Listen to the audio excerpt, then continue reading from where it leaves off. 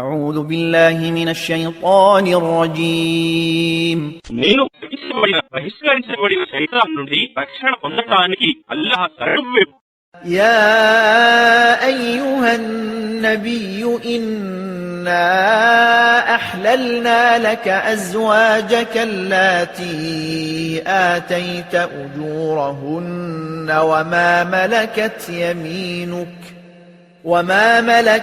يمينك مما أفاء الله عليك وبنات عمك وبنات عماتك وبنات خالك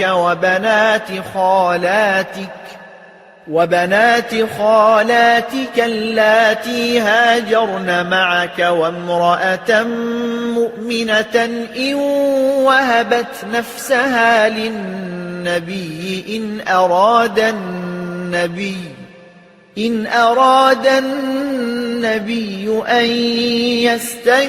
يستنكحها خالصة لك من دون المؤمنين قد علمنا ما فرضنا عليهم في أزواجهم وما ملكت أيمانهم لكي لا يكون عليك حرج وكان الله غفورا رحيما.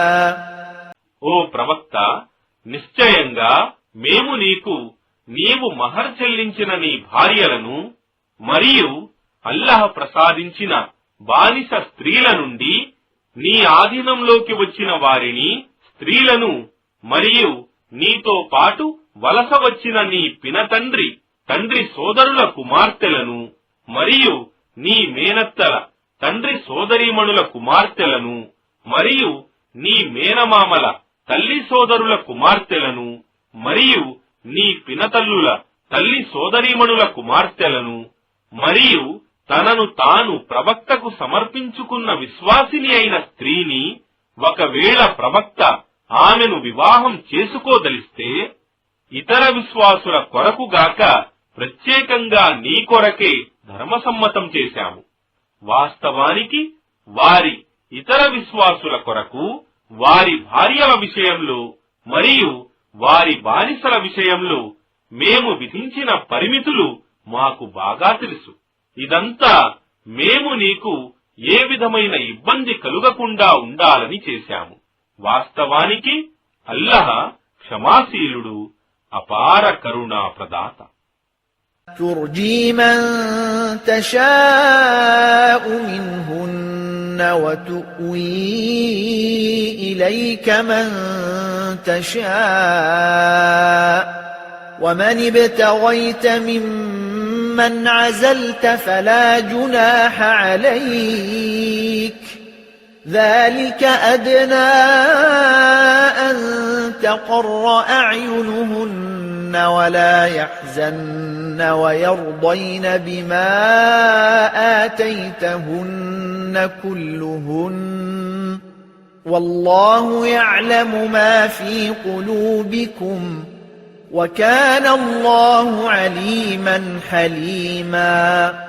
నీవు వారిలో నీ భార్యలలో నుండి నీవు కోరిన ఆమెను నీ నుండి కొంతకాలం వేరుగా ఉంచవచ్చు మరియు నీవు కోరిన ఆమెను నీతో పాటు ఉంచుకోవచ్చు మరియు నీవు వేరుగా ఉంచిన వారిలో నుండి ఏ స్త్రీనైనా నీవు తిరిగి పిలుచుకోగోరితే నీపై ఎలాంటి దోషం లేదు.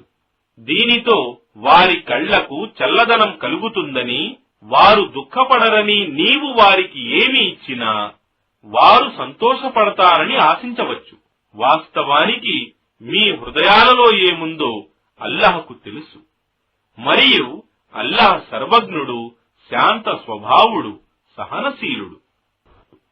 لا يحل لك النساء من بعد ولا أن تبدل بهن من أزواج ولو أعجبك حسنهن إلا ما ملكت يمينك وكان الله على كل شيء رقيبا.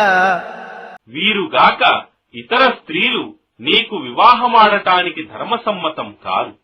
వీరికి బదులుగా కూడా మరెవ్వరినీ భార్యలుగా తీసుకునే అనుమతి కూడా నీకు లేదు.